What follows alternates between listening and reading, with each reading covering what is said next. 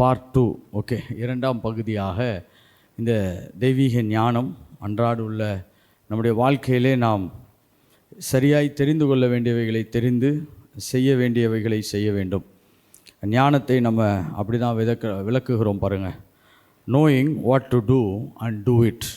நாம் சரியாக தெரிய வேண்டியவைகளை தெரிந்து அதை நிறைவேற்றுவது, இதை தான் நாம் ஞானம் என்று சொல்லி நாம் தியானித்து கொண்டிருக்கிறோம். ஏன்னா அநேக வேளைகளில் நம்முடைய லைஃப்பில் நாம் வெற்றி பெறாமல் போனதுக்கு மிகப்பெரிய காரணம். சரி, வெற்றி என்றால் முதலாவது அதை விவரிப்பது அவசியமாக இருக்குது. ஏனென்றால் இன்றைக்கு அநேக வேளைகளிலே வெற்றிகள் என்பது பொருளாதாரத்தின் அடிப்படையில் மட்டும்தான் நிர்ணயிக்கப்படுகிறது, இல்லாவிட்டால் பேர் புகழ்ச்சியின் அடிப்படையிலே நிர்ணயிக்கப்படுகிறது. ஆனால் வெற்றிகள் என்பது தேவன் நமக்கு வைத்த திட்டங்களையும் தீர்மானங்களையும் நாம் நிறைவேற்றுவதையே நாம் கிறிஸ்தவ வெற்றி என்று அழைக்கலாம். So Christian success or a Christ centered success is fulfilling the race that God has called us. நமக்கென்று தேவன் அழைத்த அந்த ஓட்டத்தை நாம் வெற்றிகரமாய் முடிக்க அழைக்கப்பட்டிருக்கிறோம். ஏனென்று சொன்னால், இப்போ இன்றைக்கு சொல்லப்படுகிற வெற்றிகளின் அளவிலே நீங்கள் இயேசுவை நிதானித்து பார்ப்பீர்கள் என்று சொன்னால் பல கேள்விகள் நமக்கு இருக்கும். ஏன்னா அவர் 33 ஆண்டுகளிலே என்ன பண்ணார், இந்த பூமியை விட்டு அவர் கடந்து போகிறவராய் இருக்கிறார். அடுத்தது நல்ல ஒரு ஃபேமிலி லைஃப், கணவன் மனைவி பிள்ளைகள் என்ற அந்த கோட்பாடுக்கு உட்படாதவர். அதுக்கப்புறம் எவ்வளோ பெரிய பெரிய சர்ச்சு கட்டினார்னு கேட்டால் அதுலேயும் இயேசு ரொம்ப மைனஸில் தான் போயிருப்பார். ஏனென்று சொன்னால் அவர் பேசினதெல்லாம் ஜூவிஷ் சினகாகில் தான் அவர் போய் என்ன பண்ணுறாரு, பிரசங்கம் பண்ணுகிறார். அதனால் அவரை எவ்வளோ பேர் ஃபாலோ பண்ணாங்க அப்படின்னு பார்த்திங்கன்னா அது ஒரு நல்ல வெற்றி போல தோன்றினாலும் பின்பு சிலுவையின் நிலையில் வரும் பொழுது பார்த்திங்கன்னா நிறைய பேர் அவரை விட்டு என்ன பண்ணுறாங்க, தூரம் போயிட்டாங்க. ஸோ இப்படி எல்லாம் கணக்கு வைத்து பார்க்கும் பொழுது ஒரு கிறிஸ்துவ வெற்றியை நாம் இன்றைக்கு பேசுவது என்பது ரொம்ப ரொம்ப சவாலான விஷயமாக இருக்கிறது. ஸோ கிறிஸ்துவ வெற்றி என்ற தலைப்பின் அடிப்படையில் பார்க்கும் பொழுது இதை எப்படி நிறைவேற்றுவது அப்படின்னு கேட்டிங்கன்னா, இதற்கு ஜெபம் அவசியமா? நிச்சயமாய் ஜெபிக்க வேண்டும். அபிஷேகம் அவசியமா? நிச்சயமாய் அபிஷேகம் அவசியம். அநேக வேளைகளில் நம்ம அபிஷேகத்துக்கு மிகப்பெரிய இடத்தை கொடுக்குறோம். அபிஷேகம் இருந்தால் போதும், எல்லாமே சரியாகிவிடும். நிச்சயமாய் அது அப்படிப்பட்ட பலனை உடையதாக இருந்தாலும் அபிஷேகம் என்ன செய்கிறது என்று சொன்னால் தெய்வீக ஞானத்தோடு நம்மளை கனெக்ட் பண்ணுகிறது. ஹல்லேலூயா. when you are more anointed you have more wisdom to operate. நீங்கள் அதிகமான தெய்வீக ஞானத்தில் செயல்படுகிறவர்களாய் மாறுகிறீர்கள். அதனால் ஞானத்தை நம்ம அறிவை காட்டிலும் சற்று வித்தியாசமானது. knowing what to do and you do it what you know. நீங்கள் சரியாய் தெரிந்து கொள்ள வேண்டியதை தெரிந்து கொண்டு அதை நிறைவேற்றுவது தான் ஞானம் என்று சொல்லி நாம் பார்க்கிறோம். முதலாவது, இந்த ஞானத்தை நம்ம சரியாய் புரிந்து கொள்வதற்கு எதிர்மறையான விஷயம் என்னவென்று சொன்னால் மூடத்தனம். இந்த மூடத்தனத்தை நம்ம அவாய்ட் பண்ணிட்டாவே நாம் ஞானிகளாக என்ன பண்ணிடலாம், மாறிவிடலாம். ஒன்று ஞானத்தை நோக்கி அதனுடைய கோட்பாடுகளை செயல்படுத்துவது, இன்னொன்று மூடத்தனத்தை நம்முடைய வாழ்க்கையிலேருந்து நிராகரிக்கும் பொழுது, அவைகளை தூக்கி ஓரம் வைக்கும் பொழுது, அவைகளுக்கு உட்படாத பொழுது நாம் ஆட்டோமேட்டிக்காக ஞானிகளாய் மாறிவிடுகிறோம். ஸோ 3 காரியங்களை போன பகுதியிலே நான் உங்களோடு கூட பேசினேன். இதை 2வது பகுதியாக நான் பேச விரும்புகிறேன். இது ரொம்ப அவசியமான தலைப்பாகவும் ரொம்ப வேண்டிய தலைப்பாகவும் ரொம்ப ரொம்ப அத்தியாவசியமான தலைப்பாகவும் உணர்த்தப்படுகிறதுனால தான் நம்ம இன்றைக்கும் இந்த ஞானத்தை குறித்து நாம் பேச இருக்கிறேன். முதலாவது, ஞானத்தினுடைய காரியத்தை நாம் அடைவதற்கு மதியினத்திலே முதல் மதியினம் இல்லாவிட்டால் மூடத்தனம் என்னவென்று சொன்னால் தேவனை விட்டு நாம் சுயமாய் சார்ந்திருப்பது, இண்டிபெண்டன்சி ஆஃப் காட். தேவன் இல்லாத ஒரு நிலைகளிலே நாம் நம்மளை உருவாக்கி கொள்வது, அதை தான் வேதாகமும் மூடத்தனம் என்று சொல்லுகிறது. தேவன் இல்லை என்று சொல்லுகிறவன் தன் இருதயத்தில் என்னவாகிருக்கிறான், மூடனாக இருக்கிறான். அப்படின்னா எனக்கு தேவனுடைய உதவி தேவையில்லை, தேவனுடைய திட்டம் தேவையில்லை, அவருடைய பிளான்ஸ்லாம் எனக்கு ரொம்ப பெருசாக தேவையில்லை என்று ஒரு மனிதன் எப்போ சொல்கிறானோ அப்பொழுது அவன் ஆட்டோமேட்டிக்காக என்ன ஆகிடுறான், ஒரு மூடத்தன்மைக்குள்ளாய் போய்விடுகிறான் என்று சொல்லி நாம் முதல் பகுதியில் தியானித்தோம். ஓகே. 2வதாக, எதிர்கால திட்டத்தை சரியாய் வகுத்து கொள்ளாத பொழுது அவர்கள் மூடர்களாய் மாறிவிடுகிறார்கள். Living without a future plan. இதற்கு ஆதாரமாக மத்தேயு எழுதின சுவிசேஷம் 25ஆம் அதிகாரம் 1ஆம் வசனத்திலிருந்து 10ஆம் வசனம் வரைக்கும் இயேசு பயன்படுத்தின அந்த ஓமையை நாம் பார்க்கிறோம். அங்கு புத்தியுள்ள கன்னிகைகள், புத்தி இல்லாத கன்னிகைகள் என்று 2 பகுதிகளாய் பிரிக்கப்படுகிறது. இந்த புத்தி இல்லாத கன்னிகைகள் யார் என்று சொன்னால், எதிர்கால திட்டத்தை அவர்கள் தங்களுடைய மனதிலே வரைபடமாய் இல்லாதவர்கள். they don't think about the future. அப்படி என்று சொன்னால், சப்போஸ் மணவாளன் வர்றதுக்கு லேட் ஆகிடுச்சு, அவருடைய காலம் தாமதமாகுதுன்னா நம்ம இன்னும் நிறையா எண்ணெயை வைத்து கொள்ள வேண்டும் என்று சொல்லி அவர்கள் வைத்து கொள்ளாதவர்கள். So people who have lack future plan, ஒரு எதிர்கால திட்டத்தையும் தீர்மானத்தையும் அதிகமாய் வகுத்து கொள்ளாதவர்கள் மூடர்களாய் மாறுகிறார்கள். இல்லாவிட்டால் முட்டாள்தனத்துக்கு தங்களை ஒப்பு கொடுக்கிறார்கள். 3வதாக நாம் தியானித்தது ஆலோசனைக்கு அப்பாற்பட்டு வாழுகிறவர்கள், லிவிங் above the counsel. ஒரு தெய்வீக ஆலோசனைகளை கர்த்தர் கொடுக்க விரும்புகிறார். அவைகளை மனிதர்கள் பெருசாக என்ன பண்ணுறதில்ல, அதை கணக்கில் எடுத்துக்கொள்வது கிடையாது. இது குறித்தெல்லாம் நம்ம போன கிளாஸில் கொஞ்சம் தீர்மானமாக நம்ம பேசினோம். சரி, இன்றைக்கு இன்னும் ஒரு சில தலைப்புகளை இந்த மூடத்தனத்திலிருந்து நாம் எப்படி வெளியே வருவது என்பதை குறித்து தியானிக்க போகிறோம். நாம் மூடர்களாக இல்லாத பொழுது ஆட்டோமேட்டிக்காக நம்ம ஞானிகளாக என்ன பண்ணிடுறோம், மாறிவிடுகிறோம். அதனால் இந்த மூடத்தனத்துக்கு உட்படக்கூடிய சில கருத்துக்களை நான் ஞாபகப்படுத்த விரும்புகிறேன். முதலாவது, இன்றைக்கு நாம் பேச இருக்கக்கூடிய தலைப்பு முதலாவது, ஆனால் தொடர்ச்சியாய் பார்க்கும் பொழுது 4வது பாயிண்ட். ஓகே, 4th திங், ஆங்கிலத்திலே அன்கண்ட்ரோல்டு பேஷன். ஓகே, ஒரு விடாப்பிடியான ஆசை. ஓகே, அன்கண்ட்ரோல்டு பேஷன் என்று சொல்லலாம். இது எப்படி நான் சற்று விளக்க விரும்புகிறேன். ஏன்னா இந்த மூடத்தனத்தில் ரொம்ப முக்கியமான பகுதியை இது வகுக்கிறது. அதனால தான் நான் இதெல்லாம் கொஞ்சம் டீச் பண்ணுறதுக்கு நான் முயற்சி செய்கிறேன். நீங்கள் என்ன நல்ல பரிச்சயமாய் புரிந்தவர்கள், அதனால் நான் உங்கள் கூட கொஞ்சம் கேஷுவலாக பேச முடியும். அதனால தான் தைரியமாக இந்த சப்ஜெக்டெலாம் நம்ம இங்கே பேசுகிறோம். அன்கண்ட்ரோல்டு பேஷன் அப்படின்னு சொன்னால், விடாப்பிடியான ஆசையை உடையவர்களாய் ஒருவன் மாறும் பொழுது அவன் அநேக தீர்மானங்களை தவறான பகுதியிலே எடுக்கிறவனாய் மாறிவிடுகிறான். ஸோ பேஷன் என்று சொல்லும் பொழுது intense or overpowering emotion.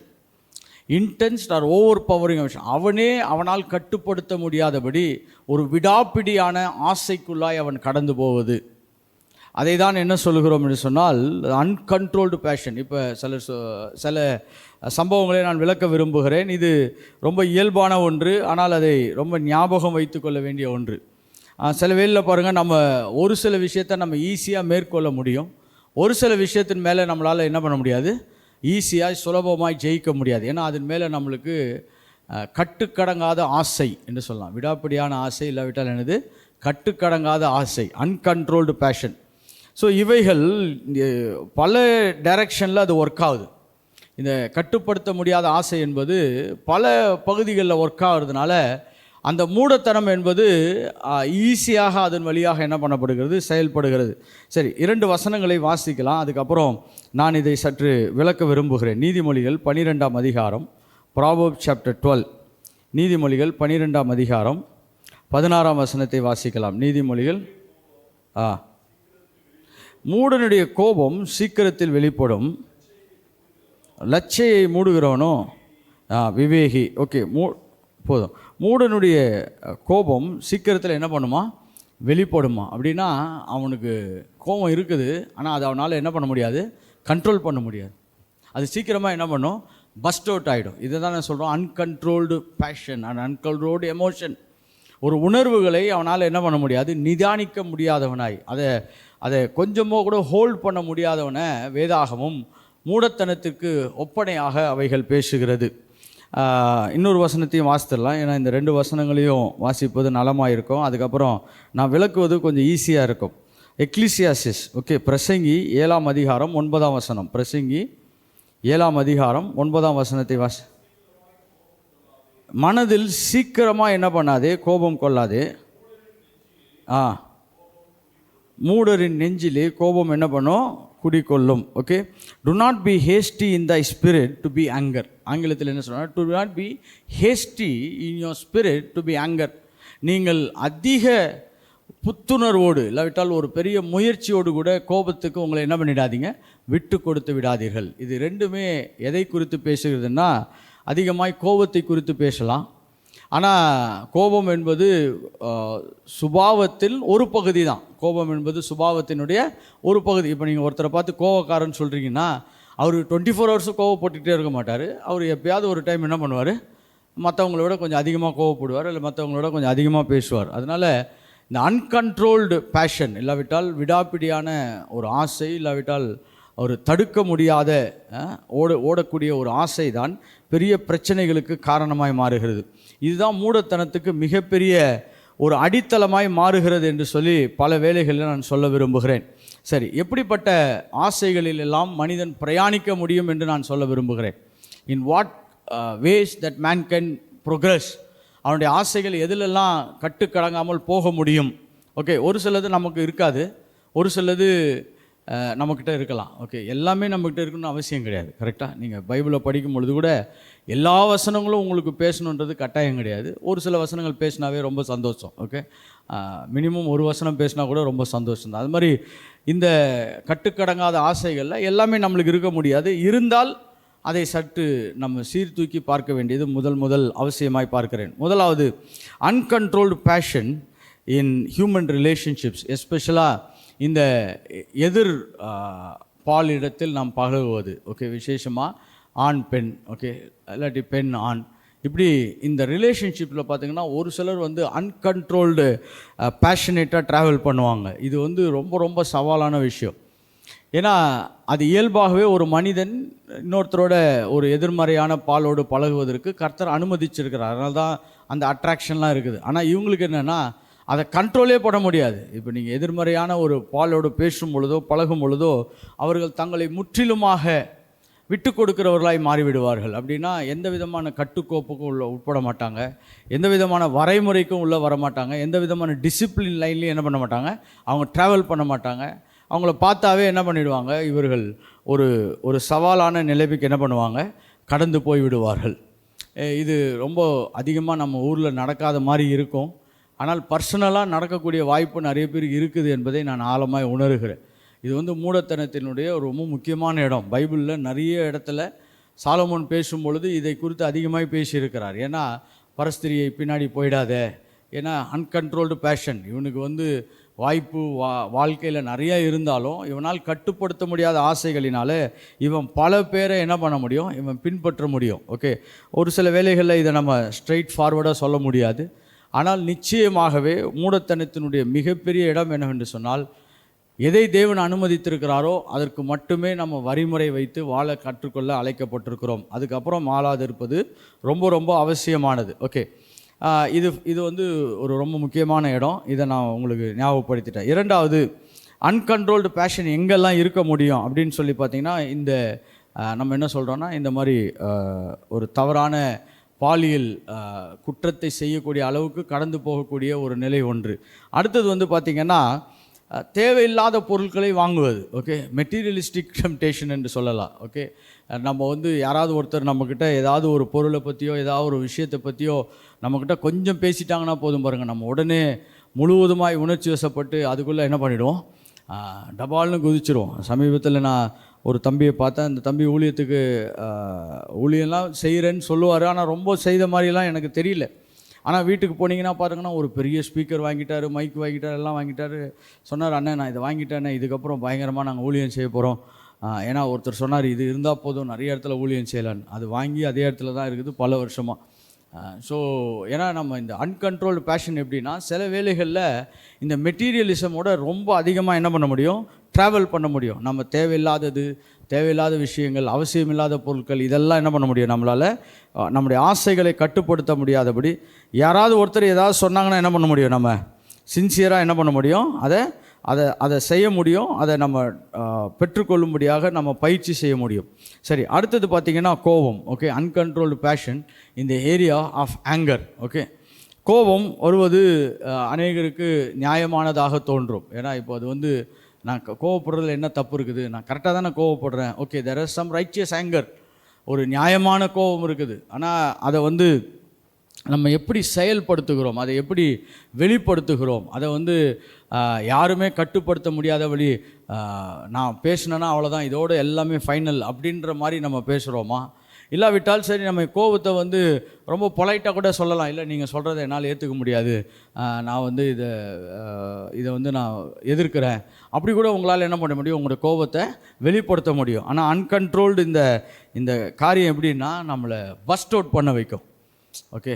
ஒரு நிறைய பேர் என்கிட்ட ஒரு ஒரு நல்ல ஊழியக்காரர் என்கிட்ட சொன்னது என்னென்னா, என்னுடைய இன்னொரு முகத்தை பார்த்துடாதீங்க அப்படின்னு சொன்னார். Okay. So very dangerous those kind of statements. Okay. நல்ல ஊழியக்காரர் தான், அவரை நான் ரொம்ப மதிக்கிறேன். ஆனால் அவர் சொன்ன ஸ்டேட்மெண்ட் இன்றைக்கி வரைக்கும் என்னால் மறக்க முடியல. எனக்கு இன்னொரு முகம் இருக்குது, அதை நீங்கள் என்ன பண்ணிடாதீங்க, பார்த்துடாதீங்க. So we can be burst out.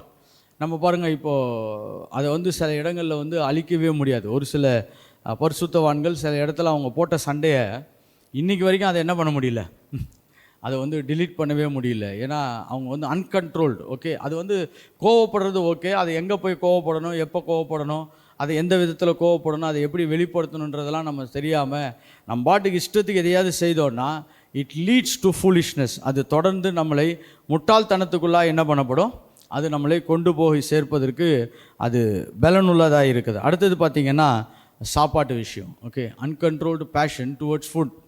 Okay. இது நிறைய வேலைகளில் நம்ம ரொம்ப யோசிக்காத ஒரு இடமா இருக்கலாம்.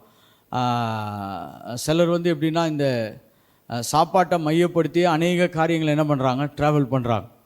இன்றைக்கி சமீப காலமாக இந்த ஊழியர்களுடைய ஆவிக்குரிய தோல்விகளுக்கு ஒரு காரணம்னு நான் நினைக்கிறது என்னென்னா இந்த சாப்பாடு தான் நான் நினைக்கிறேன்.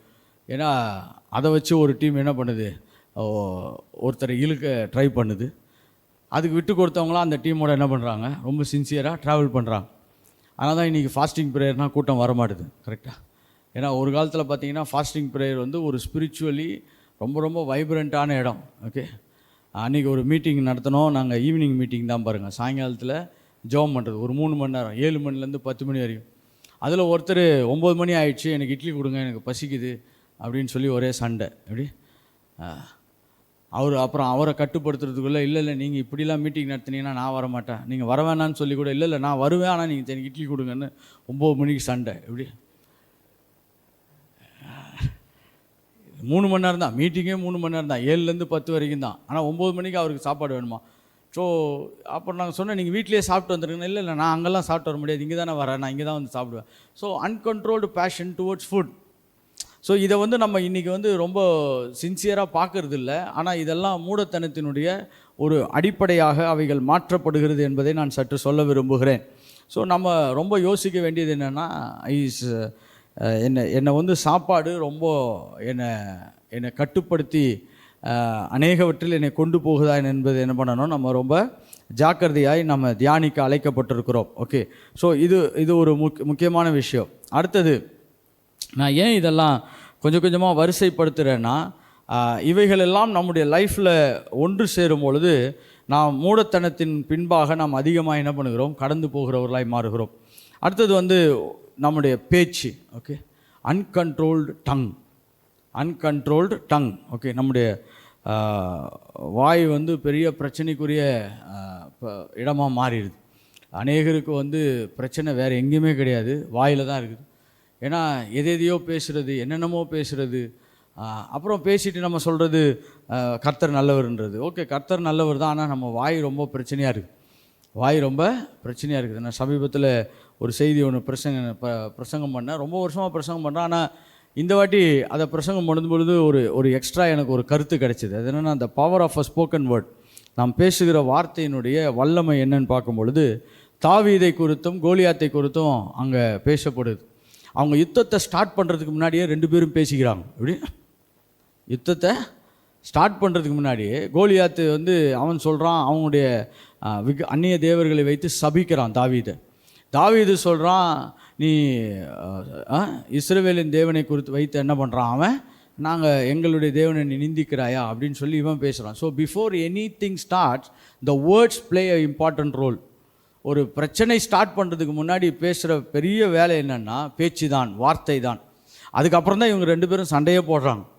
So any battle that starts with a tongue, எல்லா பிரச்சனைகளும் எல்லா யுத்தங்களும் எங்கே ஸ்டார்ட் ஆகுதுன்னா வாயின் வார்த்தைகளில் தான் ஸ்டார்ட் ஆகுது. நீங்கள் இன்றைக்கி உலகத்தில் நடக்கிற எல்லா யுத்தத்தையும் நீங்கள் போய் பார்த்தீங்கன்னா எதுவுமே குண்டில் ஸ்டார்ட் ஆகல, எல்லாம் வாயில் தான் ஸ்டார்ட் ஆகுது. எப்படி எல்லாமே எதில் ஸ்டார்ட் ஆகுது, வாயில் தான் ஸ்டார்ட் ஆகுது. பாருங்கள், 1979 நீங்கள் ஈரான் தேசத்தில் ஒரு பெரிய இஸ்லாமிய புரட்சி ஒன்று ஏற்பட்டு அதில் தான் அயத்துல்லா கொமேனி அப்படின்றவர் வந்து ஒரு பொறுப்பு எடுக்கிறார். அவருடைய முதல் ஸ்டேட்மெண்ட்டே என்ன ஆகுதுன்னா, டெத் டு இஸ்ரேல் அப்படின்னு தான் அவர் பேச விரும்புகிறார். இஸ்ரேலுக்கு சாவு. என்னது இப்படி தான் பேசியிருக்கார் 1979லேருந்து. இன்றைக்கி நடக்கிற குண்டுக்கு இன்றைக்கி நடந்த யுத்தத்துக்கு காரணமே அன்னையிலேருந்து அவர் பேசிகிட்டு இருக்க அதே வார்த்தை தான். Death to Israel, death to America. இது ரெண்டும் தான் பேசுகிறார். அவங்க வந்து ஒரு சைன் போர்டே வச்சுருக்கிறாங்களாம், எப்போ இஸ்ரேல் மரணம் அடைய போகுதுன்னு ஒரு சைன் போர்டே வச்சுட்டு அதுக்கு கவுண்ட் டவுன்லாம் வச்சுருக்கிறாங்க. பாருங்கள், யுத்தம் இன்றைக்கி நடக்குது, பாம் இன்றைக்கி போடுறாங்க. ஆனால் யுத்தம் எங்கே ஆரம்பிக்குதுன்னா வாயின் வார்த்தைகள்லாம் என்ன பண்ணுது, அது ஆரம்பிக்குது. So when you speak uncontrollably, பாருங்கள், நம்ம எதையாவது ஒன்று விளையாட்டுக்கு பேசுகிறோம், ஜாலியாக பேசுகிறோன்றது வேறு. Some people speak things very seriously. அவர்கள் அதிக முக்கியம் வாய்ந்த இடத்த கூட அவங்க என்ன பண்ணுறாங்க, ரொம்ப சின்சியராக கவனமாக பேசாமல் அதை ரொம்ப லகுவாக பேசும் பொழுது அவைகள் மிகப்பெரிய பிரச்சனைகளை ஏற்படுத்துகிறது. ஸோ இதில் வந்து நிறைய இருக்குது. இதுக்குள்ளே இன்னும் ஒரு சில காரியங்களை சொல்லணும்னா, கோபத்தை நம்ம பேசிட்டோம், நம்ம என்னது உணவை பற்றி பேசியிருக்கிறோம். இவைகள் எல்லாம் வந்து அன்கண்ட்ரோலபிளாக போகும்பொழுது அடுத்தது ஒரே ஒரு காரியத்தை நான் சொல்கிறேன் பாருங்கள், க்ரீட், பேராசை. பேராசையும் ஒரு பெரிய பிரச்சனை. அன்கண்ட்ரோல்டு பேஷன், ஒரு கட்டுப்படுத்த முடியாத ஆசைகளில் ஒன்று பேராசை. அநேக பாவங்களுக்கு காரணத்தை நீங்கள் போய் பின்னாடி தேடி பார்த்தீங்கன்னா அது பேராசையாக தான் இருக்கும். இன்றைக்கி சமீப காலத்தில் பாருங்கள், நிறைய பேரை கர்த்தர் ஆசீர்வதித்தாலும் இன்னும் ஆசீர்வாதம் தேவைன்னு சொல்லி பலவிதமான குறுக்கு முயற்சிகளில் மனிதர்கள் என்ன பண்ணுறாங்க, பயங்கரமாக ஈடுபடுறாங்க. அதில் பல விதமான ஸ்கேம், பல விதமான ஏமாற்று திட்டம் இருக்குது. ஒன்று 100 கோடி வருது, 200 கோடி வருதுன்னு அதில் கொஞ்சம் பேர் ட்ராவல் பண்ணுறாங்க. கரெக்டாக? நீங்கள் அப்படிலாம் யாரையும் பார்க்கலன்னா ரொம்ப சந்தோஷம். நான் சில பேரை பார்த்து ரொம்ப மனம் மடிவாக இருக்கிறேன். 200 கோடி வருது, 100 கோடி வருது. அவங்க பேசுகிறதே எப்பயுமே மினிமம் 100 கோடியில் தான் என்ன பண்ணுவாங்க, பேச்சே ஸ்டார்ட் பண்ணுவாங்க. இதுக்கு இவங்க வந்து பல லட்சங்களை கடனை வாங்கி அதை வாங்கி இதை வாங்கி போட்டு, இதெல்லாம் என்னன்னு கேட்டிங்கன்னா அன்கண்ட்ரோல்டு பேஷன். இதெல்லாம் எப்படி ஃபஸ்ட்டு உங்களுக்கு க்ளீனாக தெரியும்னா, நானும் இப்படி கொஞ்ச நாள் ட்ராவல் பண்ணியிருக்கிறேன். அதனால தான் எனக்கு தைரியமாக இதை நான் சொல்ல முடியும். ஏன்னா இது பாருங்கள், நீங்கள் ஞானிகளாக இருக்கிறதுக்கு கொஞ்ச நாள் நீங்கள் முட்டாளாக இருந்தால் தான் ஞானத்தினுடைய ஆற்றல் உங்களுக்கு தெரியும். அப்படி இந்த அன்கண்ட்ரோல்டு பேஷன், இந்த பேராசை இருக்குது பாருங்கள், இது ரொம்ப சாதாரணமான விஷயம் கிடையாது. சிலர் அன்றைக்கி நான் ஏற்கனவே ஒருத்தர் சொல்லியிருக்கிறேன் பாருங்கள், அவர் சொன்னார், நான் ஒரு பெரிய பிளான் போட்டேன், ஒரு பெரிய ஹைஸ்ட் பண்ண போகிறேன் அப்படின்னா, ஒரு பெரிய கடத்தல் ஒன்று பண்ண போகிறேன். என்ன பண்ண போகிறீங்கன்னா, ஒரு விக்கிரக கோயிலில் ஒரு பாம்புகள் நிறைய இருக்கிற இடத்துல பெரிய பெரிய நகைகள்லாம் இருக்குது, அதெல்லாம் நாங்கள் திருட போகிறோம். நான் கேட்டேன், இதுக்கும் கர்த்தருக்கும் சம்மந்தமே கிடையாது, இது வந்து தேவ திட்டமே கிடையாது. எப்படி? முதல்ல இது வந்து கவர்மெண்ட்டுக்கு அகேன்ஸ்ட்டு, அடுத்தது இது வந்து விக்கிரகத்துக்கு உரியது, இதுக்கும் நம்மளுக்கும் என்ன கிடையாது, சம்மந்தமே கிடையாது. ஆனால் அவர் சொல்கிறார், அதுக்குள்ளே ஒருத்தரை தலைகளை இறக்கி அங்கேருந்து நான் எடுத்துன்னு வர போகிறேன். இதை கேட்குறதுக்கே நம்மளுக்கே டயர்டாக. ஆனால் அதுலேயே ட்ராவல் பண்ணுறாங்க. ஏன்னா பேராசை என்பது ஒரு மிகப்பெரிய பிரச்சனை. அதற்குள்ளே அவங்க என்ன பண்ணிட்டாங்க, ரொம்ப வேறு ஊன்றிட்டாங்க, ஊறி போயிட்டாங்க. இதெல்லாம் நம்ம என்ன சொல்கிறோன்னா அன்கண்ட்ரோல்டு பேஷன். இந்த மாதிரி ஆட்கிட்ட போய் நீங்கள் எதாவது ஆலோசனை சொன்னீங்கன்னா ஒத்துக்கவே மாட்டாங்க.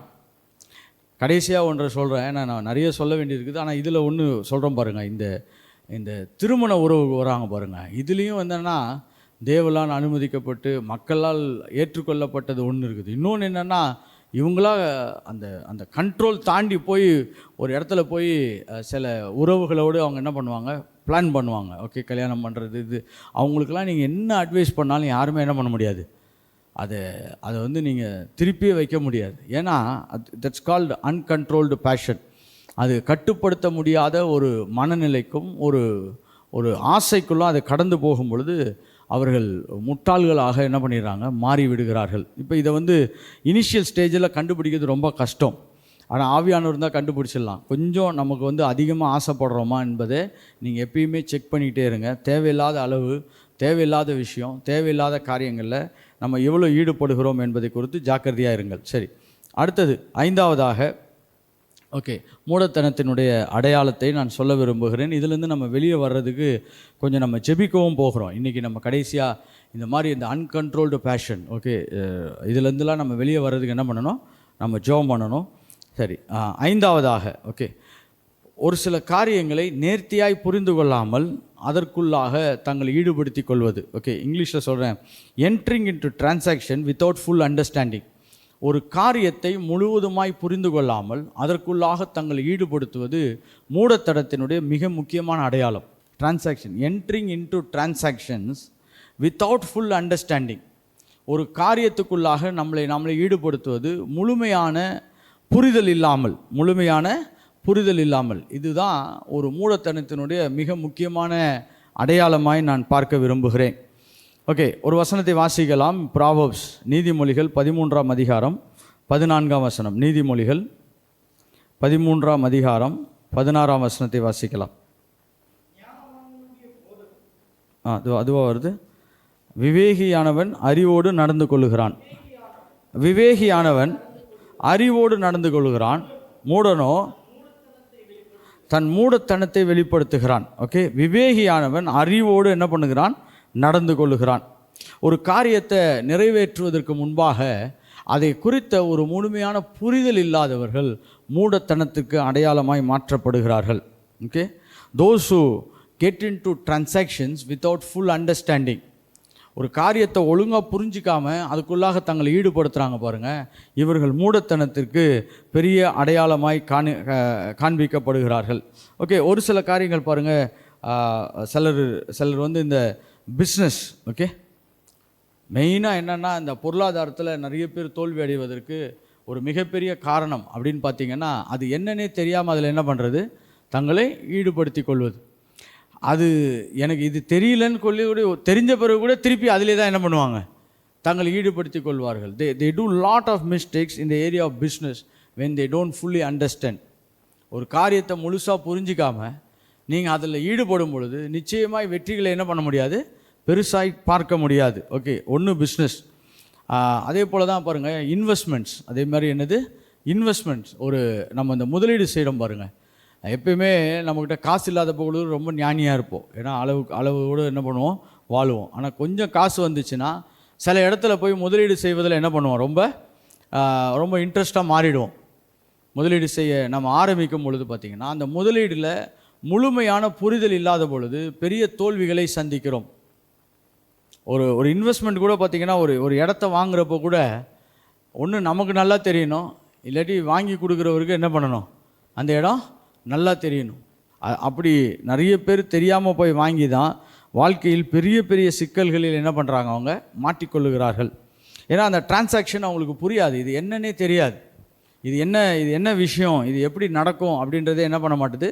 அவங்களுக்கு தெரியறது கிடையாது. இப்போ ஈவன் மினிஸ்ட்ரி கூட அப்படி தான் பாருங்கள், அதனுடைய ஃபுல் டிரான்சாக்ஷன் அவங்களுக்கு தெரியாது. மினிஸ்ட்ரியில் கூட மக்கள் தோல்வி அடைவதற்கான பெரிய காரணம் என்னென்னா, ஊழியம் என்றால் என்னன்னே அவங்களுக்கு என்ன பண்ணுறதில்ல, தெரிந்ததில்லை. யாரோ ஒருத்தர் இப்போதைக்கு நான் பார்க்குற ஒரு அடையாளம் என்னென்னா, கொஞ்சம் நல்லா பாட்டு பாட முடிஞ்சால் உடனே என்ன பண்ணிடுறாங்க? அவங்க ஒரு ஊழியத்துக்கு வந்துடலாம், இதுதான் கர்த்தர் எனக்கு வச்ச பெரிய திட்டம்னு நினச்சிக்கிறாங்க. ஓகே, பாட்டு பாடி தேவ திட்டத்தில் நீங்கள் இணைக்கப்பட்டிருப்பது ரொம்ப சந்தோஷம். ஆனால் வெறும் பாடல்கள் மட்டுமே ஊழியத்திற்கு பெரிய அடையாளம் கிடையாது. ஓகே, ஒரு சிலர் பார்த்திங்கன்னா ரொம்ப நேரம் ஜெபம் பண்ணுவாங்க. அவங்க என்ன நினச்சிக்கிட்டாங்கன்னா, ரொம்ப நேரம் ஜெபம் பண்ணுறதுனால கர்த்தர் நம்மளை ஊழியத்துக்கு என்ன பண்ணிட்டார்? மொத்தமாக நம்மளை கூப்பிட்டார். ஓகே, இது வேறு, அது வேறு, இது டோட்டலாக டிஃப்ரெண்ட். நீங்கள் கொஞ்ச நேரம் நல்லா ஜெபம் பண்ணுறது, நல்லா பாட்டு பாடுறது, இல்லை நீங்கள் வீடு விசிட் பண்ணி நிறைய பேரை உற்சாகப்படுத்துறது, பலவீனமானவங்களெல்லாம் கட்டி எழுப்புறது கூட முழு நேர ஊழியத்துக்கு அடையாளம் கிடையாது. இல்லாவிட்டால் ஒரு சபையை கட்டுவதற்கான அடையாளம் கிடையாது. அது உங்களுக்கு கர்த்தர் கொடுத்த ஒரு வரம், அதை நீங்கள் நல்லா பயன்படுத்துகிறீங்க. ஆனால் ஊழியத்தை முழுவதுமாய் புரிந்து கொள்ளாத பொழுது அந்த ஊழியத்தில் பெரிய பெரிய சவால்களும் தோல்விகளையும் என்ன பண்ணுறோம்? நம்ம சந்திக்கிறோம். அதனால தான் ஒரு சிலர் பாருங்கள், நிறைய தெரியும் ஆனால் அவங்க ஜெயிக்கிறது கிடையாது. ஏன்னா அதனுடைய முழு ஆழமும் முழு அர்த்தமும் அவங்களுக்கு என்ன பண்ணுறதில்ல, அது புரியாமல் போய்விடக்கூடியதாகவே மாற்றப்படுகிறது. ஸோ இது என்னென்னா, ஒரு சிலருடைய லைஃப்பில் இது என்னென்ன தெரிஞ்சிக்க முயற்சி கிடையாது. ஒரு மினிஸ்ட்ரி ஒன்று ஸ்டார்ட் பண்ணுறோம். ஸோ இந்த மினிஸ்ட்ரியில் நாளைக்கு என்னென்ன பிரச்சனை வரும், இல்லாட்டி என்னென்ன சூழ்நிலைகள் வரலாம், இப்போ இதெல்லாம் எப்படி கையாளுவது, இதெல்லாம் எப்படி நம்ம நிதானமாய் அதை எப்படி ஜெயிப்பது என்ற வெளிச்சம்லாம் இல்லாத பொழுது நிறைய பேர் பாருங்கள், ஒரு ஊழியம் ஆரம்பிக்கணும்னா உடனே போயிட்டு ஒரு அகுஜா மைக்கும் எப்படி ஒரு ஸ்பீக்கர் ஒன்று வாங்கிட்டு வந்துடுவாங்க. ஓகே, வாங்கிட்டு வந்து வச்சுட்டா அதுவே உங்களுடைய ஊழியத்தினுடைய மிகப்பெரிய வெற்றியினுடைய விளிம்பாக பார்க்கிறார்கள். அது அது ஒன்றும் தப்பு கிடையாது. எல்லாருமே அப்படி தான் ஸ்டார்ட் பண்ணுறோம். நானும் அப்படி தான் ஸ்டேஞ்செல்லாம் வாங்கிட்டு வந்து வச்சு ஸ்டார்ட் பண்ணேன். ஆனால் அது முழுமை கிடையாது. ஓகே, ஒரு மைக்கும் ஒரு ஸ்பீக்கரும் வாங்கிட்டா வெற்றி என்று சொன்னால் அப்போ மைக்கு செய்கிறவனும் மைக்கு விற்கிறவனும் பெரிய ஆளாக இருக்கணும். ஓகே, அது அப்படி கிடையாது பாருங்கள். ஏன்னா அதனுடைய முழு தார்மீகத்தை புரிந்து கொள்ள வேண்டும். இப்போ ஒரு சிலர் எப்படின்னா, நாங்கள் இங்கேருந்து 20 கிலோமீட்டர் தள்ளி போய் ஒரு ஊழியத்தை செய்கிறோன்னா உடனே இவரும் நினச்சிக்கிட்டார் 20 கிலோமீட்டர் தள்ளி போயிட்டா என்ன பண்ணிடலாம், ஒரு ஊழியத்தை செய்திடலாம். அது மிஞ்சி சில பேர் நான் 30 கிலோமீட்டர் போகிறேன், இது என்ன ட்ராவலிங் ரேஸாக இது. சிலருடைய இது என்னென்னா, இது என்னன்னே தெரியாது பாருங்கள். இப்போ ஒருத்தர் ஏதாவது ஒரு ஊழியம் ஆரம்பித்தாங்கன்னா உடனே என்ன பண்ணுறது, பக்கத்துலேயும் இன்னொருத்தர் என்ன பண்ணுறது, ஒரு ஊழியத்தை ஆரம்பிச்சது. ஆனால் அதனுடைய தார்மீகமும் அதனுடைய முழு வீரியமும் என்ன பண்ணுறதில்ல, அவங்க புரிந்து கொள்வது கிடையாது. இதுதான் ஊழியத்தினுடைய மிகப்பெரிய தோல்விகளுக்கு காரணம். சரி, இதை இன்னொரு முறையில் சொல்லணும்னா, ஈவன் திருமணத்துக்கு கூட இதான் பெரிய தோல்விகள். ஏன்னா இதை நம்ம இன்றைக்கி இங்கே இருக்கிற யாருக்கும் இது ரொம்ப அப்ளிகபிள் கிடையாது. இருந்தாலும் ஒரு பொதுவான செய்தியாக இருப்பதனால அது என்ன பண்ண வேண்டியது இருக்குது. நிறைய பேருக்கு திருமணம் என்பதே என்னன்னே புரியாத ஒரு புதிர். ஓகே, அது திடீர்னு ஏதோ ஒரு நடந்துச்சு பாஸ்டர், அவங்க என்ன பார்த்தாங்க, நான் அவங்கள பார்த்தேன், உடனே எல்லாம் என்ன ஆயிடுச்சு, கர்த்தர் எனக்கு ஒரு பெரிய காரியத்தை செய்துட்டாருன்னு நம்ம நினச்சிக்கிறோம். இல்லை, நீங்கள் அந்த டிரான்சாக்ஷன் என்னன்னே தெரியாமல் நீங்கள் அதுக்குள்ளே என்ட்ரு ஆகும் பொழுது பெரிய பெரிய சவால்களை என்ன பண்ணுறோம், நம்ம சந்திக்கிறவர்களாய் மாறுகிறோம். பூமியில் நிறைய பேருடைய லைஃப் பெரிய கேள்விக்குறிகளாக மாறினதுக்கு என்னென்னா, அதனுடைய வீரியம் என்ன, இது இப்போ இதை நம்ம இன்றைக்கி செய்தோன்னா இதனுடைய பிரச்சனை என்ன அப்படின்னு தெரியாத பொழுது சவால்கள் அதிகமாக மாற்றப்படுகிறது. மூடத்தனத்தினுடைய பெரிய அடையாளமே அதுதான். அவங்க என்ன பண்ணுவாங்கன்னா, இதனுடைய அர்த்தம் என்னன்னே தெரியாமல் அதை என்ன பண்ணுறது, ஸ்டார்ட் பண்ணிடுறது. தேவன் பார்த்திங்கன்னா எதை அவர் வந்து பலியிட சொல்கிறாரோ அதை பலியிட்டால் போதும். ஹல்லேலூயா. எவ்வளோ சாக்ரிஃபைஸ் பண்ண சொல்கிறாரோ அதை நம்ம சாக்ரிஃபைஸ் பண்ணால் போதும். பாருங்கள், நம்மளுக்கு கூட இந்த நைட் ப்ரேயர் நடத்துகிறது ரொம்ப ஆசை. ஆனால் நம்மளுக்கு ஒரு 3 மணி நேரம் டைம் ஃப்ரேம் வச்சுக்கிட்டோம், அவ்வளோதான். இதுக்குள்ளே நம்ம ஜெபம் பண்ணி என்ன பண்ணிடணும், நம்ம முடிச்சிடணும். சும்மா அதுக்குன்னு போட்டு நைட்டெல்லாம் ஜெபம் பண்ணால் கர்த்தர் கேட்பார்னா, அப்போது இவ்வளோ நைட்டு ஜெபம் பண்ணி எவ்வளோ கேட்டார் அப்படி. ஒரு சிலர் நைட்டே ஜெபம் பண்ணுறதே கிடையாது. அப்போ அவங்க ஜெபம்லாம் கேட்கப்படாதா? அப்படி கிடையாது. பாருங்கள், நம்ம எதையுமே அதனுடைய தார்மீகத்தை முழுவதும் என்ன பண்ணணும், புரிந்து கொள்ள அழைக்கப்பட்டிருக்கிறோம். ஏன்னா எனக்கு ஒருத்தர் சொன்னார், நானும் பைபிள் காலேஜ் ஸ்டார்ட் பண்ண போகிறேன்னாரு. நான் சொன்னேன், தயவுசெய்து ஸ்டார்ட் பண்ணுங்க. அப்புறம் சொன்னார், அந்த சப்ஜெக்ட்லாம் கொஞ்சம் மட்டும் எனக்கு கொடுத்துட்டிங்கன்னா நல்லா இருக்குன்னு. இதுக்கும் அதுக்கும் என்ன, ஏன்னா இது என்னன்னே தெரியாமல் நீங்கள் போய் அதை ஸ்டார்ட் பண்ணி அதில் கொஞ்சம் பேரை பிடிச்சி உட்கார வச்சு இப்படி. நான் ஒரு முறை ஒரு பைபிள் காலேஜ் அட்டன் பண்ணேன். அவங்களுக்கு தெரியாது நான் பைபிள் காலேஜ் நடத்துகிறேன். என்ன சொன்னாங்க, நீங்கள் சும்மா ஃப்ரீயாக தானே இருக்கிறீங்க, சரி நீங்கள் வாங்கன்னாங்க. உங்களை ஒரு பைபிள் கிளாஸுக்கு கூப்பிட்டு போகிறேன்னாங்க. சரி, நானும் போனேன். பாருங்கள், போனால் பிரசங்கத்தை விட கீழ் லெவலில் போயின்னு இருக்குது. அப்புறம் என்னை கேட்டாங்க, நீங்கள் இதை பற்றி என்ன சொல்கிறீங்க? நான் சொன்னேன், எங்கள் ஊரில் இந்தியாவில் இதை வந்து பைபிள் ஸ்டடின்னு கூட நாங்கள் எடுத்துக்க மாட்டோம், நீங்கள் பைபிள் காலேஜ்னு இதுக்கு பேர் வச்சுருக்கீங்க. ஏன்னா அது அப்படி அந்த பிளாட்டோ அதனுடைய வீரியம் தெரியாதபடி நம்ம ஆளுங்க என்ன பண்ணுறது, எதையாவது ஒன்று சொல்கிறதுக்கு முயற்சி செய்வது. ஸோ எதையுமே தெரிந்து கொள்ளாத பொழுது நாம் அதில் இறங்குறோம். இப்போ நம்மளால் ஒரு 1 ஹவர் ஒர்ஷிப் நடத்த முடியும்னா நம்ம ஒரு ஒர்ஷிப் ப்ரோக்ராம் நடத்தலாம். 1 ஹவர் ப்ரீச் பண்ண முடியும்னா ஒரு 1 ஹவர் ட்ரைனிங் ப்ரோக்ராம் நடத்தலாம். இப்போ ஒரு 1 ஹவர் நீங்கள் வந்து ஒரு ஆலோசனை செய்ய முடியும்னா நீங்கள் ஒரு நல்ல ஒரு கவுன்சிலிங் செஷன்ஸ் உருவாக்கலாம். அப்போ நம்ம என்ன செய்ய முடியும்னு தெரியாதபடி நம்ம வேறு எதையாவது செய்யும் பொழுது மிகப்பெரிய சவால்களை சந்திக்கக்கூடியவர்களாய் மாறுகிறோம். இதுக்கெல்லாம் காரணம் என்னென்னா மூடத்தனம் தான். திஸ் இஸ் டிரான்சாக்ஷன் என்னன்னே தெரியாமல் அதை ஃபுல்லாக போய்ட்டு என்ன பண்ணுறது, இன்வால்வ் ஆகிறது. சரி, 6வதாக இது கொஞ்சம் சவாலான இடம். நான் முடிந்தளவு இன்றைக்கி நான் நிறைய கவர் பண்ண விரும்புகிறேன். Okay, intolerance to correction. ஒருத்தரை நம்மளை சீர்திருத்தும் பொழுது அதை ஏற்றுக்கொள்வதற்கு மனமில்லாத நிலையில் இருப்பது. Intolerance for correction. பாருங்கள், ரொம்ப ரொம்ப ரொம்ப ஒருவன் ஞானவான ஆறானா அதுக்கு அடையாளமே என்னென்னா, யாராவது ஒருத்தர் அவரை சற்று சீர்திருத்தும் பொழுது அதை அக்செப்ட் பண்ணுறவங்களாக மாறுவாங்க. ஆனால் மூடர்கள் பார்த்திங்கன்னா, நீங்கள் அவங்கள சீர்திருத்தும் பொழுது அவர்கள் அதை ஏற்றுக்கொள்ள மாட்டார்கள். அதற்கு அவர்கள் அது கொஞ்சம் என்ன பண்ணுவாங்க, கொஞ்சம் மிதமிஞ்சி போவாங்க, கொஞ்சம் அகெயின்ஸ்டாக பேசுவாங்க. Because their intolerance for correction. ஒரு சீர்திருத்தத்துக்கு அவங்க தங்களை என்ன பண்ண மாட்டாங்க, விட்டு கொடுக்க மாட்டார்கள். Okay, a person who cannot be corrected cannot be assisted. நீங்கள் சீர்திருத்த முடியாத ஒரு ஆளுக்கு நீங்கள் உதவிகளை செய்யவே முடியாது. சீர்திருத்த முடியாத ஒரு ஆளுக்கு என்ன பண்ண முடியாது? உங்களால் உதவிகளை செய்யவே முடியாது. ஆனால் தான் இந்த பூமியில் பார்த்தீங்கன்னா, நீங்கள் உதவி செய்ய முடியாத ஒரு நிலையில் இருக்கிறவங்க யாருன்னு பார்த்தீங்கன்னா, அவங்களுக்கு சில ஆலோசனைகள்லாம் கொடுத்து அவங்க என்ன பண்ணுவாங்க, எல்லாத்தையுமே தூர வைத்து கொண்டே இருப்பார்கள். அவங்க அதுக்கு தங்களை ஒத்துக்கவே மாட்டாங்க. பாருங்கள், இயேசு கிறிஸ்து இது ஒரு பெரிய அடையாளமாய் பார்க்கலாம். இயேசு கிறிஸ்து கெத்செமனே தோட்டத்தில் மத்தேயு 26ஆம் அதிகாரம் 39ஆம் வசனத்தில் அவர் ஜெபிக்கிறார். கர்த்தாவே, உமக்கு சித்தமான இந்த பாத்திரத்தை என்னை விட்டு எடுத்து போடும். ஆனால் அதுக்கப்புறம் அவர் முரட்டாட்டமே பிடிக்கல. ஏன்னா அவருக்கு நல்லா தெரியும், இது பிதாவினுடைய சித்தம், இதுக்கு நான் என்ன பண்ணணும், என்னை விட்டு கொடுக்கணும். So maybe in his life he has corrected himself. அவர் தன்னை சரிப்படுத்தி கொள்வதற்கு ஆயத்தமாக இருந்தார். பிதா இதை அனுமதிக்கலை. பிதா இதை என்ன பண்ணலை, இந்த பாத்திரத்தை என்னை விட்டு எடுத்து போடும் என்று சொன்னால் என்ன பண்ணலை, அதுக்கு அவர் பதில் கொடுக்கல. அப்போ நான் அதை என்ன பண்ணிக்கிறேன், நான் ஏற்றுக்கொள்ளுகிறேன்.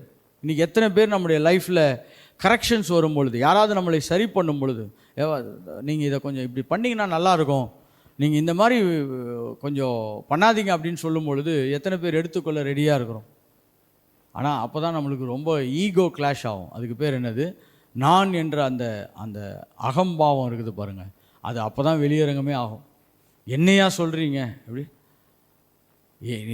இன்னைக்கு எனக்கு எல்லாமே தெரியுங்க, நீங்கள் எப்படி எனக்கு கரெக்ட் பண்ண முடியும்? See, that's the greatest identification of a fool. ஒருவன் ஞானமற்ற நிலையிலே அவன் கடந்து போகிறான் என்பதுக்கு பெரிய அடையாளம் என்னவென்று சொன்னால், யாராவது ஒருத்தர் நம்மளை சீர்திருத்தும் பொழுது அதை என்ன பண்ணுறது கிடையாது, அதை ஏற்றுக்கொள்வதே கிடையாது. அதான் மாம்சீகத்தின் உச்சக்கட்ட நிலை என்று நான் சொல்ல விரும்புகிறேன். நிறைய பேர் மாம்சம்னா நினைக்கிறாங்க இச்சை, பேராசை, திருடு, களவு, விபச்சாரம், இதை தான் நம்ம மாம்சத்தின் இச்சையில் ரொம்ப, மாம்சம்னா அதை தான் நம்ம ரொம்ப அதிகமாக டீல் பண்ணுற பாருங்க. மாம்சம் என்பது செல்ஃப், சுயம்.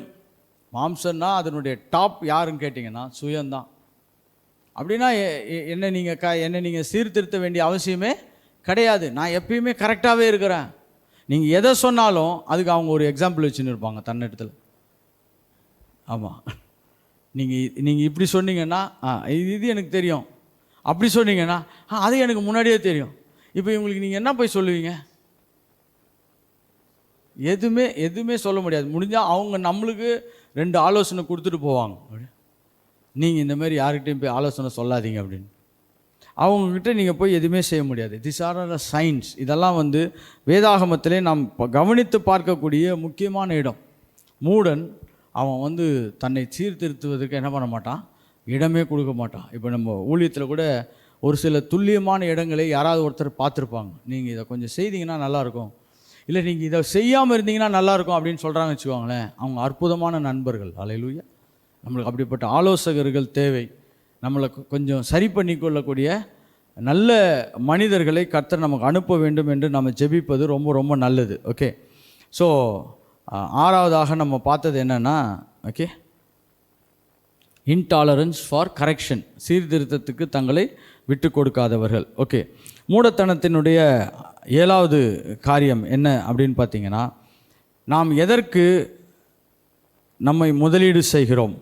ஓகே, நம்ம லைஃப்பை எதற்கு முதலீடு செய்கிறோம் என்பது நம்முடைய மூடத்தனத்தினுடைய வெளிப்பாடாக மாற்றப்படுகிறது. For which we invest our life. நம்முடைய லைஃப்பை எதுக்கு இன்வெஸ்ட் பண்ண போகிறோம்? நான் இந்த இடத்த கொஞ்சம் நேரம் பேச விரும்புகிறேன். நம்ம அநேக வேலைகளில் தோல்வி அடைவதற்கான காரணம் என்ன தெரியுமா? நம்ம பணம் இல்லை, நம்மக்கிட்ட ஞானம் இல்லை, நம்மக்கிட்ட புத்தி இல்லை, இதை தான் நம்ம நினைக்கிறோம். இல்லை, நம்மக்கிட்ட இருக்கிறத நம்ம எவ்வளோ ஞானமாக நாம் முதலீடு செய்கிறோம். For where we invest our life. நம்முடைய லைஃப்பை எப்படி இன்வெஸ்ட் பண்ணுகிறோம் என்பது நம்முடைய மூடத்தனத்தையும் நம்முடைய ஞானத்தையும் பிரித்து விரித்து காண்பிக்கக்கூடியதாக இருக்கிறது. It separates our life. நம்ம எங்கே இன்வெஸ்ட் பண்ணுறோம் நம்முடைய லைஃப்பை? சரி, எதெல்லாம் நம்ம இன்வெஸ்ட் பண்ணுறோம்? முதலாவது நம்ம ஒரு வசனத்தை வாசிக்கலாம். பிரசங்கி 2ஆம் அதிகாரம் 14ஆம் வசனம். பிரசங்கி, எக்லீசியாசிஸ் சாப்டர் 2 verse 14. பிரசங்கி 2ஆம் அதிகாரம் 14ஆம் வசனம். ஓகே, ம் ம் ம் ம் ம்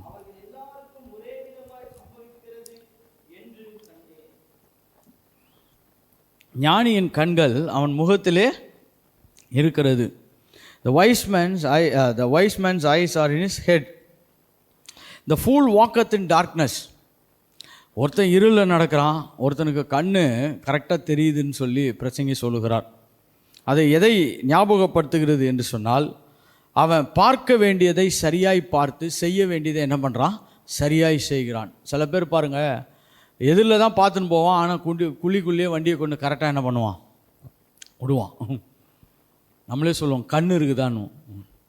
கரெக்டாக எத்தனை பேட்டி நம்ம யாரையாவது திட்டிருக்கிறோம். ஓகே, பார்த்து வரக்கூடாதா இப்படி? ஆமாம், சென்னை பாஷையில் என்னென்னா, வீட்டில் சொல்லிட்டு வந்துட்டியா, கண்ணை எங்கே வச்சுருக்கிற? பைபிள் க்ளீனாக சொல்லுது, ஞானிக்கு கண்ணு என்னமா இருக்குமா, தலையில் இருக்குமா. நான் கரெக்டாக இருக்க வேண்டிய இடத்துல இருந்து அவன் செய்ய வேண்டியதை என்ன பண்ணுறான், செய்கிறான். பார்க்க வேண்டியதை சரியாய் பார்க்கிறான். ஸோ லைஃப் கூட என்னென்னா, வாட் யூ see, நீங்கள் எதை பார்த்து அதற்கு உங்கள் வாழ்க்கையை இன்வெஸ்ட் பண்ணுறீங்க. நான் பேச வேண்டிய ரொம்ப முக்கியமான சில தலைப்புகளிலே இந்த தலைப்பை நான் அவசியமாய் பார்க்கிறேன். இன்றைக்கி ஞானிகளாய் நம்ம எப்படி மாற்றப்படுகிறோம், நாம் எங்கே நம்முடைய வாழ்க்கையை முதலீடு செய்கிறோமோ ஞானிகளாய் மாறுகிறோம். தவறான இடத்துல முதலீடு செய்யும் பொழுது நாம் மூடர்களாய் மாறி விடுகிறோம். ஓகே, முதலாவது, நாம் பணத்தை எங்கே செலவு செய்கிறோம். First thing, where do you invest your money. உங்கள் பணத்தை நீங்கள் எதில் இன்வெஸ்ட் பண்ணுறீங்க. ஓகே, இதை கொஞ்சம் சற்று பேசணும். ஏன்னா இன்றைக்கி நம்ம நிறைய வேலைகளில் நம்ம கஷ்டப்படுற இடமே எங்கன்னா பொருளாதாரத்தில் தான். வேறு நிறைய கஷ்டம் நம்மளுக்கு, பிசாசெல்லாம் நம்ம அடிச்சு நொறுக்கி தள்ளி என்ன பண்ணிவிடுவோம், அவனை ஏரியாவில் இல்லாதபடி பண்ணிவிடுவோம். ஆனால் இதை ரெடி பண்ணுறதுக்கு ரொம்ப கஷ்டமாக இருக்குது. கரெக்டாக பணப்பிரச்சனை என்பது நம்மளோடு கூட ரொம்ப அப்படியே ட்ராவல் பண்ணிக்கிட்டே இருக்குது. ஓகே, ஏன்னா நம்ம லைஃப்பில் எங்கே இன்வெஸ்ட் பண்ணுறோம் அப்படின்னா பணத்தை குறித்து அதிகமாக பேசப்படுகிறது. எப்படி பாருங்கள், நம்ம தேவ ராஜ்யத்துக்கு இன்வெஸ்ட் பண்ணுறோமா, அது ரொம்ப நல்ல விஷயம். Is investing for the kingdom of God. தேவனுடைய ராஜ்யத்துக்கு நாம் செலவழித்தால் நாம் ஞானிகளாய் மாறுகிறோம் என்ற அர்த்தம். ஓகே, அடுத்தது, நீங்கள் நல்ல ஒரு தொழிலுக்காக நீங்கள் இன்வெஸ்ட் பண்ணினீங்கன்னா அதுவும் ரொம்ப நல்ல விஷயம். ஓகே, ஒரு தொழில், இப்போ இந்த தொழில் எனக்கு நல்லா தெரியும், இந்த தொழிலை நான் என்ன பண்ண போகிறேன், நான் நிறைவேற்ற போகிறேன். இல்லாட்டி நீங்கள், அதனால தான் இந்த பிஸ்னஸ் ஸ்கூல்லாம் வச்சுருக்கிறாங்க பாருங்கள். என்னென்னா, அங்கே போய் ஒரு பிஸ்னஸ் எப்படி செய்யுதுன்னு சொல்லி கொடுக்குறாங்க. அங்கே போய் படித்து அட்லீஸ்ட் அவங்க கூட இருந்து நாம் என்ன பண்ணிடுறோம், சில காரியங்களை கற்றுக்கொள்கிறவர்களாக இருக்கிறோம். இல்லாட்டி நீங்கள் பணத்தை நீங்கள் உங்கள் வாழ்க்கையின் தரத்தை நீங்கள் உயர்த்துவதற்கு நீங்கள் இன்வெஸ்ட் பண்ணிங்கன்னா நல்லது. ஓகே, அப்கிரேடேஷன் ஆஃப் லைஃப், வாழ்க்கையின் தரத்தை உயர்த்துவதற்கு நீங்கள் என்ன பண்ணலாம், பணத்தை செலவழிக்கலாம். வாழ்க்கையின் தரத்தை எப்படி உயர்த்த முடியும்னு நான் சொல்கிறேன் பாருங்கள். படிப்பின் மூலமாக, நல்ல புஸ்தகங்கள் மூலமாக, நல்ல ஆரோக்கியமான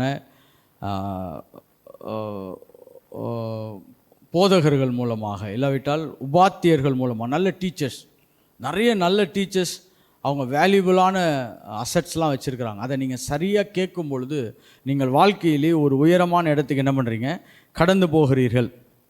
ஸோ எப்படி இன்வெஸ்ட் பண்ணலாம், தேவ ராஜ்யத்துக்கு இன்வெஸ்ட் பண்ணலாம், நல்ல பிஸ்னஸ்க்கு இன்வெஸ்ட் பண்ணலாம், அப்புறம் உங்களை வாழ்க்கை தரத்தை உயர்த்துவதற்கு நீங்கள் என்ன பண்ணலாம், நீங்கள் இன்வெஸ்ட் பண்ணலாம். ஆனால் மூடர்கள் எப்படி இன்வெஸ்ட் பண்ணுவாங்க நான் சொல்கிறேன் பாருங்கள். அவங்களுக்கு இன்றைக்கி எது ரொம்ப சந்தோஷமாக இருக்குதோ அதுக்கு இன்வெஸ்ட் பண்ணுறதுல ரொம்ப ரெடியாக இருப்பாங்க. அப்படி they invest on feel good moments.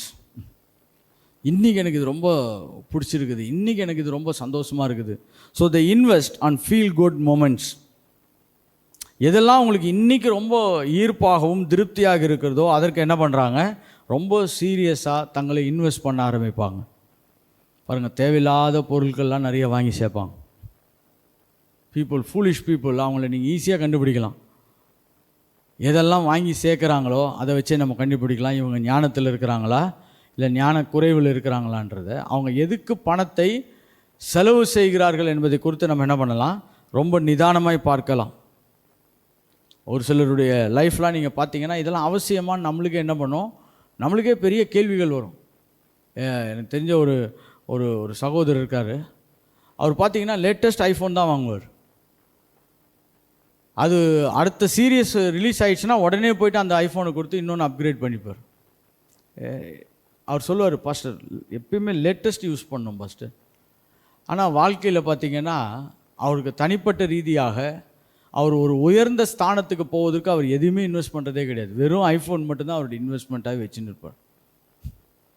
கேட்டால் அதில் அப்படிப்பட்ட டெக்னாலஜி வந்துருச்சு, இதில் இப்படிப்பட்ட டெக்னாலஜி வந்துச்சு, இதெல்லாம் வந்துச்சு.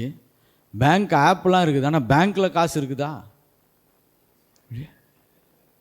பேங்க் ஆப்பு 10 ஆப்பு. ஒருத்தர் சொன்னார், ஐஃபோன் இருந்துச்சுன்னா நம்ம பேங்க்லாம் ரொம்ப செக்யூர்டாக இருக்கும். சரி, பேங்க்லாம் செக்யூர்டாக இருக்குது, நீ செக்யூர்டாக இருக்கிறியா? ரொம்ப சிம்பிள் பாருங்கள், நம்ம எதுக்கு இன்வெஸ்ட் பண்ணுறோம்? இப்போ இது ஒரு ஐஃபோன் வந்து நீங்கள் மினிமம் 1 லட்ச ரூபா 1.5 லட்ச ரூபான்றாங்க.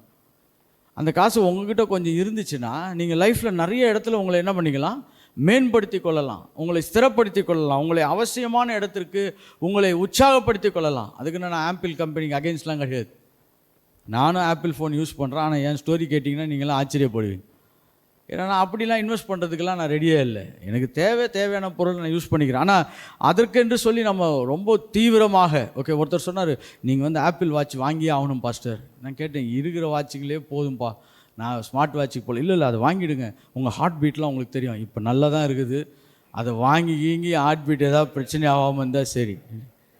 ஆமாம், அது ஏதோ 60,000 70,000 அது அந்த மாதிரி வரும். ஆப்பிள் ஒரிஜினல் ஆப்பிள் வாட்ச் மாதிரியே நிறைய இருக்கும். அதெல்லாம் ரொம்ப சீப்பு. அது வந்து என்ன கேட்டாங்கன்னா, உங்களுக்கு ஹார்ட் அட்டாக் வருதுன்னா முன்னாடியே சொல்லும். இது பார்த்துக்கிட்டே இருந்தேன்னா ஹார்ட் அட்டாக் வந்துடும். சரி, ஓகே, ஒரு பலவீனமானவங்க அவங்களுக்கு டாக்டர் ரெக்கமெண்ட் பண்ணுவாங்க, சார் உங்களுக்கு ஹெல்த் வந்து ரொம்ப இஷ்யூஸு, உங்களுக்குள்ளே ஏதாவது ஒரு மாற்றம் வருதுன்னா நீங்கள் அதை வாங்கி கட்டுங்கன்னு சொல்லி நம்மளை வந்து அவங்க ஒரு மெடிக்கல் சயின்ஸ் வைஸாக சொன்னால் ஓகே. ஆனால் நம்ம என்ன பண்ணுறோன்னா, நம்ம எதுக்கு இன்வெஸ்ட் பண்ணுறோம்? ஆனால் இது பாருங்கள், உங்கள் குடும்பத்துக்காக, பிள்ளைகளுடைய படிப்புக்காக, இல்லாவிட்டால் உங்களுடைய லைஃப்பை நீங்கள் இன்னும் கொஞ்சம் நல்லா பெஸ்ட்டாக மாற்றிக்கிறதுக்காக, கரெக்டாக வீட்டில் ஒரு ரூம் இருக்குது, அந்த ரூமை நல்லா சுத்தம் பண்ணி ஒரு நல்ல டேபிள் வாங்கி போட்டு படிக்கிறதுக்கு ஒரு 4 புக்கை வாங்கி வச்சு ஒரு நல்ல டிரான்ஸ்லேஷன்லாம் வாங்கி வச்சு நம்ம ஏதாவது முயற்சி செய்கிறோமா? See, when you invest, it shows that நீங்கள் எங்கே ஞானிகளாக இருக்கிறீங்களா இல்லை ஞான குறைவிலே ட்ரை பண்ணுறீங்களான்னு என்ன பண்ணுது, நம்மளை காண்பிக்கக்கூடியதாக இருக்கிறது. அடுத்தது பார்த்திங்கன்னா, நிறைய நம்முடைய இன்வெஸ்ட்மெண்ட்ஸில் வந்து நம்முடைய உள்ளான மாற்றத்துக்கு என்ன செலவு செய்கிறோம். ரொம்ப முக்கியமான இடம் பாருங்கள். என்னுடைய உள்ளான மாற்றத்துக்கு நான் என்ன செலவு செய்கிறேன் என்பதை கவனித்து பாருங்கள். இப்போ ஒரு நல்ல செமினார் நடக்குது, ஆனால் அது ரொம்ப தூரத்தில் இருக்குது. ஆனால் ஒரு தலை சிறந்த பிரசங்கர்கள் பிரசங்கம் பண்ண போகிறாங்க. ஆனால் இங்கேருந்து போகிறதுக்கு ஒரு 2000 3000 ஆகும். அவங்க ஒரு ஃபீஸ் 1000 ரூபா வைக்கிறாங்க, 2000 ரூபா வைக்கிறாங்க. அதுக்கெல்லாம் நம்ம ஆளுங்க என்ன பண்ண மாட்டாங்க, இன்வெஸ்ட் பண்ண மாட்டாங்க. அது ரொம்ப காசுங்க, ரொம்ப தூரம் போகணும். எங்கேயாவது 100 ரூபா கொடுப்பாங்களா? எப்படி இங்கே போனால் ஒன்றும் என்ன பண்ண போகிறதில்ல, மாற போகிறதில்ல. 100 ரூபா கொடுத்தா வாங்கிக்கோங்க, 1000 ரூபா கொடுத்தா கூட வாங்கிக்கோங்க, 10,000 ரூபா கொடுத்தா கூட வாங்கிக்கோங்க. எனக்கு அதெல்லாம் பிரச்சனை இல்லை. கொடுக்கக்கூடியவர்கள் இருக்கிறார்கள். சிலர்கிட்ட கடவுள் நிறைய பணம் கொடுத்துருக்கிறாரு. அதனால் அவங்க என்ன பண்ணுறாங்க, சப்ஸ்டிடியூட் பண்ணுறாங்க. நான் ஒரு இன்டர்நேஷ்னல் மினிஸ்ட்ரிக்கு பார்த்தேன் பாருங்கள். அவங்க என்ன சொல்கிறாங்கன்னா, ஒரு சில கண்ட்ரிலேருந்து வந்தீங்கன்னா ஃபுல் டிக்கெட் ஸ்பான்சர் பண்ணுறாங்க. அதெல்லாம் பெரிய விஷயம். அதெல்லாம் ஒரு சில கண்ட்ரிலேருந்து வந்து அவங்க full ticket, flight ticket sponsor பண்ணுறாங்க, ஹோட்டல் ஸ்பான்சர் பண்ணுறாங்க. காசு இருக்குது, கொடுக்குறாங்க. ஆனால் இப்போ உங்ககிட்ட காசு இருக்கும் பொழுது நீங்கள் எங்கே இன்வெஸ்ட் பண்ணுறீங்க? எனக்கு யாரோ காசு கொடுக்குறாங்க, ரொம்ப சந்தோஷம், வெற்றி, நான் வாங்கிக்கிறேன். ஆனால் அதே டைம் எனக்கு இது வேல்யூபிள்னு தெரியுது. நான் இந்த இடத்துக்கு 2000 ரூபா 3000 ரூபா செலவு பண்ணி போய் ஒரு 1000 ரூபா நாங்கள் ஒரு ஃபீஸ் கட்டி நாங்கள் உட்காந்து படித்தேன்னா இது என்னுடைய உள்ளான மாற்றத்தை ஏற்படுத்தும்னா அதுக்கு எத்தனை பேர் ஆயத்தமாக இருக்கிறாங்க? இங்கே தான் நிறைய பேருடைய லைஃப் ரொம்ப சவாலாக மாறுகிறது. அவங்க ஞானமற்றவர்களாய் மாறி விடுகிறார்கள். நான் பூமியில் நீங்கள் சில நாடுகளில் பார்த்தீங்கன்னா அவங்க எந்த செமினாருமே ஃப்ரீயாக நடத்துறதில்லை. தெரில இந்தியாவில் தான் அப்படி இருக்குதா இல்லாட்டி ஏன் அப்படி இருக்குதுன்னு எனக்கு தெரில. நிறைய நாடுகளில் செமினார்ஸ் கான்ஃபரன்ஸ்லாம் ஃப்ரீயே கிடையாது. நீங்கள் வந்து ஹெவியாக பே பண்ணணும், ஹோட்டலுக்கு பே பண்ணணும், நீங்களே தான் ஹோட்டல் ரூம் எடுக்கணும், நீங்களே தான் செலவு பண்ணணும், நீங்களே தான் போய் உட்காந்து படிக்கணும். ஏன்னா அது ஒரு நல்ல ஒழுங்கு. அவங்க அதை பார்க்குறாங்க. உன்னுடைய மேம்பாட்டுக்கு நீ உனக்கு செலவு பண்ணிக்கிறியா? எப்படி நீ மற்றவங்களுக்கு செலவு பண்ண வேணாம். நீங்கள் நல்ல ஆரோக்கியமான தலைவர்களை பாருங்கள், அவங்க போய் தனக்கென்று என்ன பண்ணுவாங்க, செலவு பண்ணி படிப்பாங்க. சமீபத்தில் நைஜீரியாவில் ஒரு பெரிய பாஸ்டர், அவர்கிட்ட 100கணக்கான சபைகள் இருக்குது. அவர் அன்றைக்கி அவர் சாட்சி சொல்கிறாரு, நான் எப்பயுமே 2-3 வருஷத்துக்கு ஒரு வாட்டி நான் போய் ஏதாவது ஒரு காலேஜில் போய் நான் படிப்பேன். சமீபத்தில் போய் நான் நிறைய டாலருங்கெல்லாம் செலவு பண்ணி படிச்சுட்டு வந்திருக்கேன்றார். எப்படி நம்மளால் இதெல்லாம் ஜீரணிக்கவே முடியல. அவரே ஒரு பெரிய தலைவர், அவருக்கு கீழே பல 100கணக்கான சபைகள் இருக்குது. ஒரு உலகம் முழுவதும் தேடப்படக்கூடிய ஒரு முக்கியமான ஊழியக்காரர். ஆனால் அவர் சொல்கிறாரு, என்னுடைய மேம்பாட்டுக்காக நான் செலவு செய்வதை என்ன பண்ணுறேன், நான் கவனமாய் பார்க்குறேன். உங்களுடைய லைஃப்பில் கூட நீங்கள் நான் சொல்கிறேன் பாருங்கள், நல்ல செமினார், நல்ல கான்ஃபரன்ஸ், இதுக்கு நான் 2000 3000 செலவு பண்ணி அது புரோஜனம் என்று நினைத்தால் தயவு செய்து என்ன பண்ணுங்கள், நீங்கள் அதுக்கு செலவு செய்யுங்கள். அது பெரிய பெரிய ஆசீர்வாதத்தை நம்முடைய வாழ்க்கையில் கொண்டு வரும். ஏன்னா நம்ம எப்போ இன்வெஸ்ட் பண்ணுறதை நிப்பாட்டுறோமோ அப்பொழுது நாம் படிக்கிறதை நிப்பாட்டிடுறோம்.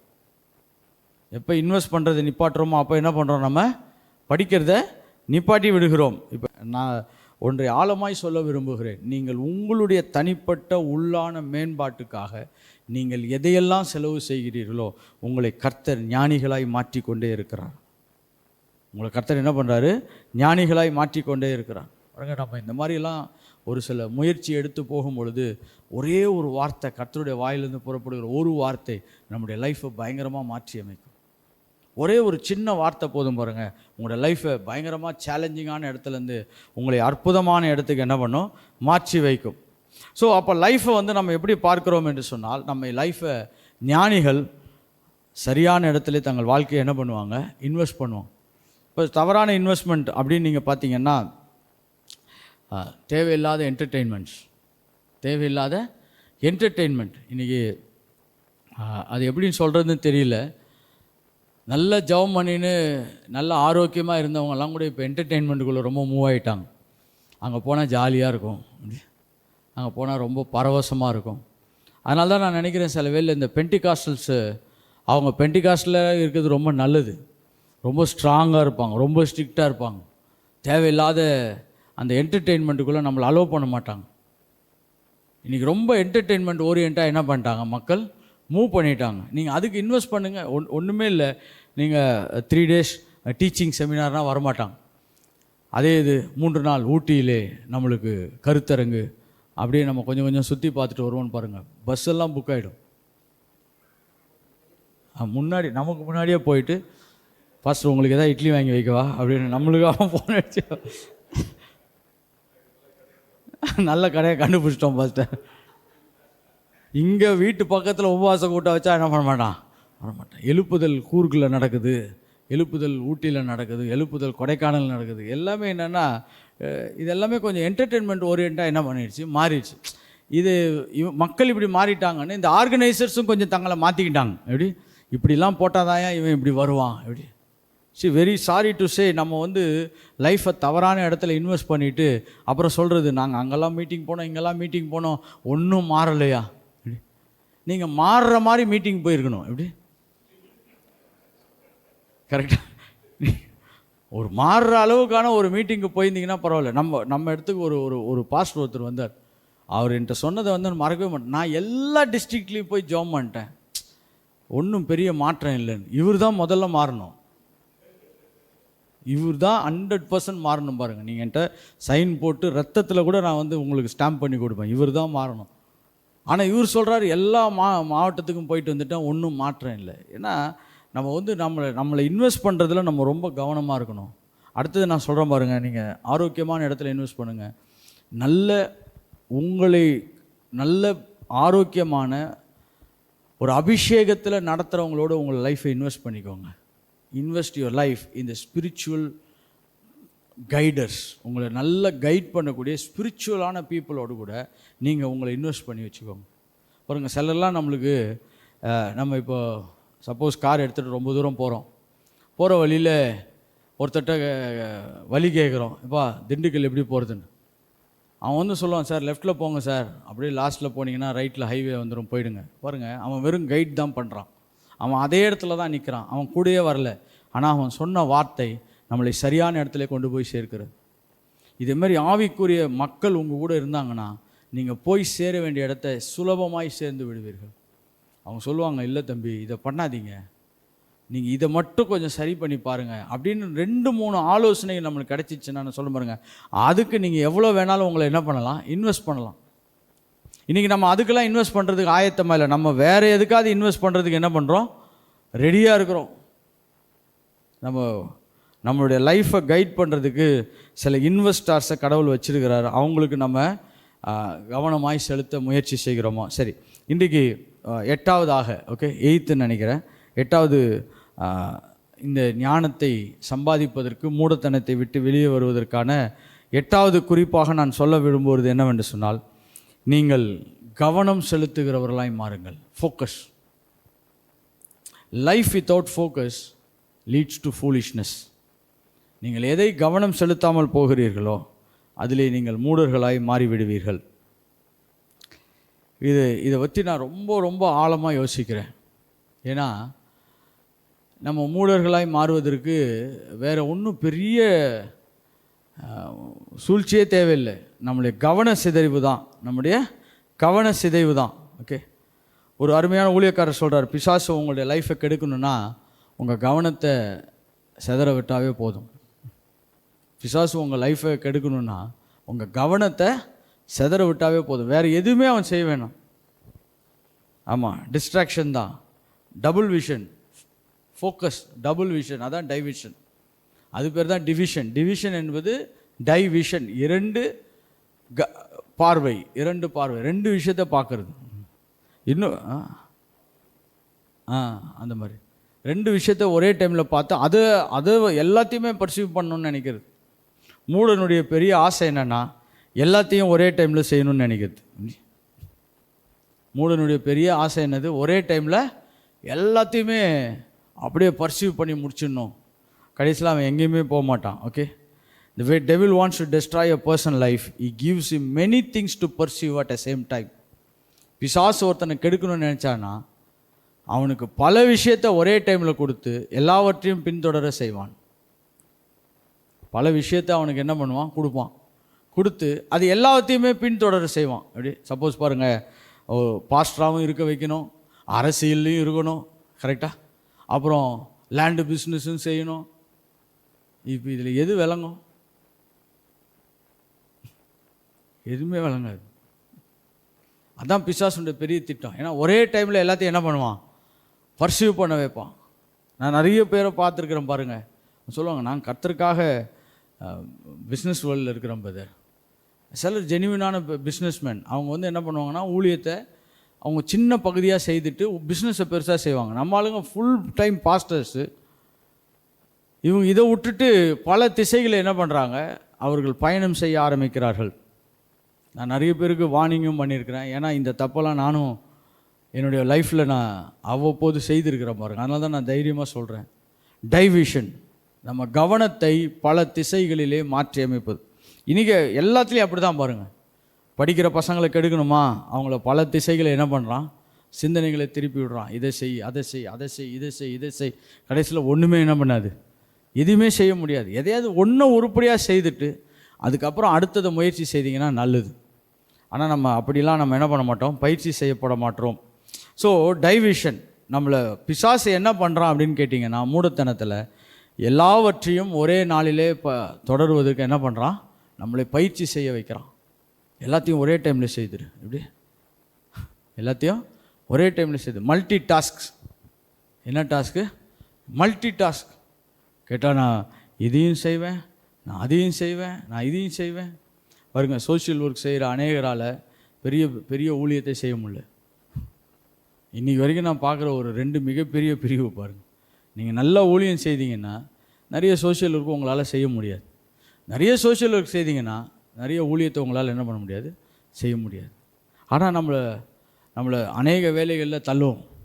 நீங்கள் இன்றைக்கி இண்டிபெண்ட் ஆளுங்களை கூப்பிட்டு கேட்டிங்கன்னு வச்சுக்கோங்களேன், அவன் என்ன ஃபோக்கஸ் இருக்கான்னு அவனுக்கே தெரியாது. காலையில் பைக் எடுத்துகிட்டு இப்படி போவான், அந்த பக்கம் அவனுக்கு சமாதானமாக இருந்துச்சு, இப்படியே போயிட்டே இருப்பான்.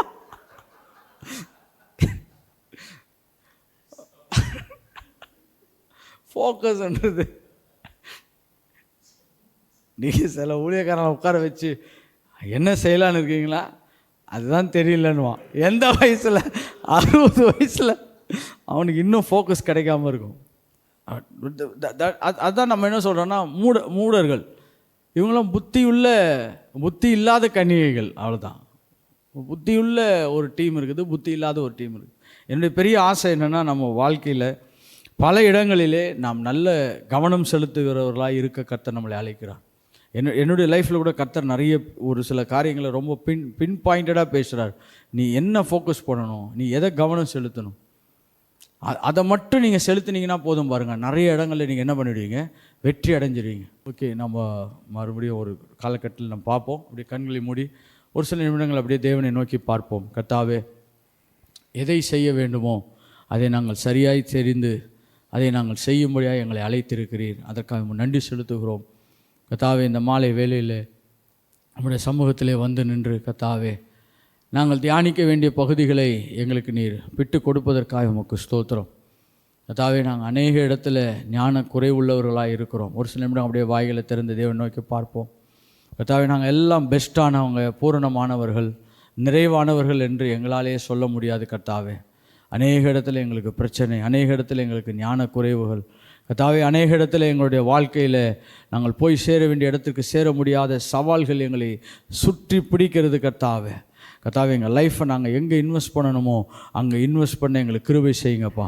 கர்த்தாவே, தேவையில்லாத இடங்கள், தேவையில்லாத கர்த்தாவே ஐக்கியங்களில் எங்களோட லைஃப்பை நாங்கள் இன்வெஸ்ட் பண்ணாதபடி கேர்ஃபுல்லாக இருக்க கர்த்தர் எங்களுக்கு உதவி செய்வீராக. ஒரு சில நிமிடங்கள் அப்படியே வாயில் திறந்து ஜெபம் பண்ணுவோம். நான் விசுவாசிக்கிறேன், நம்மளுக்கு அற்புதமான ஒரு கோல்டன் பீரியடை கர்த்தர் கொடுத்துருக்கிறார். இந்த அற்புதமான பீரியடில் நம்ம எங்கே நம்முடைய வாழ்க்கையை செலவழிக்க போகிறோம், எதற்கு நம்முடைய வாழ்க்கையை நம்ம இன்வெஸ்ட் பண்ண போகிறோம் என்பதை ரொம்ப கவனமாய் ஆவியானவர் யோசிக்க உதவி செய்ய விரும்புகிறார். கர்த்தாவே, நாங்கள் எதுக்கு எங்களுடைய லைஃப்பை இன்வெஸ்ட் பண்ணணும்ப்பா.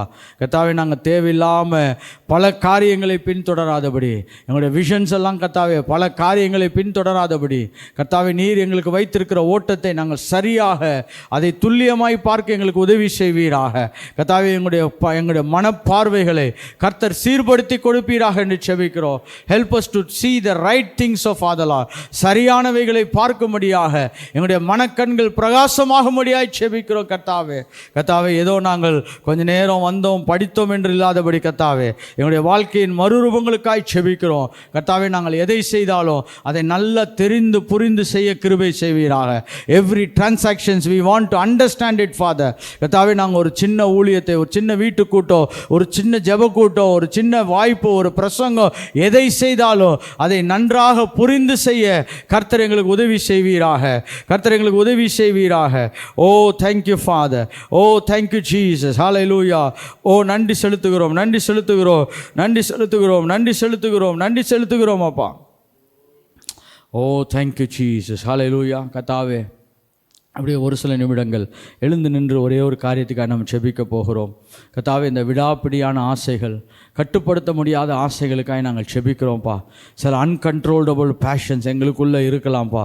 சில வேளை அது பணத்தை நோக்கி இருக்கலாம், அது உணவை நோக்கி இருக்கலாம், இல்லாவிட்டால் பேர் புகழை நோக்கி இருக்கலாம். கர்த்தாவே, எதையோ ஒன்றை குறித்து எங்களுடைய ஆசைகள் அதிகமாய் பயணம் செய்யும் பொழுது, பேராசைகளாய் மாற்றப்படும் பொழுது, கர்த்தாவே எங்களுடைய வாய் கர்த்தாவே தேவையில்லாதவர்களை பேசும் பொழுது, இப்படிப்பட்ட எல்லா விதமான அந்த உணர்வுகளையும் ஜெயிக்கும்படியாக நாங்கள் செபிக்கிறோம். கர்த்தாவே, ஒரு அன்கண்ட்ரோல்டு பேஷன்ஸ் இல்லாதவர்களாய் கர்த்தாவே ஒரு கண்ட்ரோல்டு லைஃப் வாழ கர்த்தர் கிருபை செய்வீராக. கிறிஸ்து எங்களுக்கு ஜீவன் என்று சொல்லும் பொழுது எப்படி கிறிஸ்து காரியங்களை வாய்க்க செய்தாரோ அதே போல் எங்களுடைய லைஃப்பில் கிறிஸ்து கர்த்தாவே வெளியரங்கமாகும்படியாக நாங்கள் செபிக்கிறோம். கர்த்தாவே, எங்களுடைய உணர்வு மண்டலங்கள் தேவனுக்கு அடிப்படையும்படியாய் செபிக்கிறோம். கர்த்தாவே, நாங்கள் எந்த ஒரு காரியத்துக்கோ கட்டுக்கோப்புக்கோ கர்த்தாவே நாங்கள் எங்களை விட்டு கொடுத்து விடாதபடி கர்த்தாவே, உம்முடைய தீர்மானங்கள், உம்முடைய திட்டங்கள், உம்முடைய எதிர்கால நோக்கங்களுக்கு நாங்கள் எங்களை விட்டு கொடுக்க விரும்புகிறோம். கர்த்தாவே, ஓ எங்களுடைய மாம்ச உணர்வுகளை நாங்கள் கீழ்ப்படுத்த விரும்புகிறோம். கர்த்தாவே, எங்களுடைய ஃப்ளெஷ்ஷை நாங்கள் சப்டியூ பண்ண விரும்புகிறோம். எங்களுடைய மாம்சங்கள் தேவனுக்கு கீழ்ப்படியும்படியாக, ஓ சுயம் என்ற எங்களுடைய சுயம் சாம்பலாய் மாறும்படியாய் செபிக்கிறோம். கர்த்தாவே, நான் என்னுடைய ஆசை, என்னுடைய விருப்பம், என்னுடைய எதிர்காலம், இது எனக்கு பிடிக்கும், நான் இதை செய்தே ஆவேன் என்ற எல்லா திட்டங்களுக்கும் நாங்கள் தூரமாக இருக்க விரும்புகிறோம். கர்த்தாவே, ஓ ஹல்லேலூயா. ஸ்தோத்திரம், ஸ்தோத்திரம், ஸ்தோத்திரம், ஸ்தோத்திரம். கர்த்தாவே, எங்களுக்குள்ளாக தேவன் வெளியரங்கமாகும்படியாய், கர்த்தருடைய கிரியைகள் பூரணப்படும்படியாக, தெய்வீக ஆசைகள் நிரம்பும்படியாய் செபிக்கிறோம். கர்த்தாவே, கொஞ்ச நேரம் ஜெபம் பண்ணோம். என்னுடைய ஆசைகளினாலே கர்த்தாவே என்னுடைய இருதயங்கள் நிரம்பாதபடி தேவனுடைய ஆசைகளினாலே என்னுடைய இருதயங்கள் நிரம்பும்படியாய் செபிக்கிறோம். கர்த்தாவே, Lord fill me with your passions of Father Lord, fill me with your desire of Father Lord. தாவே, இந்த பூமியிலே உம்முடைய பலன், உம்முடைய கிருபை, உம்முடைய இரக்கம் கர்த்தாவே எங்களை நிரப்பும்படியாய் செபிக்கிறோம், எங்களை நிரப்பும்படியாய் செபிக்கிறோம். கர்த்தாவே, ஓ ரஹலா ஷதரா வாகவா, ஓ ரபாலா பூ ஷதரா வாகபாலவோ, ஓ ரஹலாஷெதரேக போலபோ ஷபாதரபா. அவை எங்களுடைய உணர்வு மண்டலங்கள் தேவனால் ஆளுகை செய்யப்படும்படியாக இயேசுவின் மூலம் செபிக்கிறோம் நல்ல பிதாவே. ஆமென், ஆமென், ஆமென். Praise God. God bless you. Okay.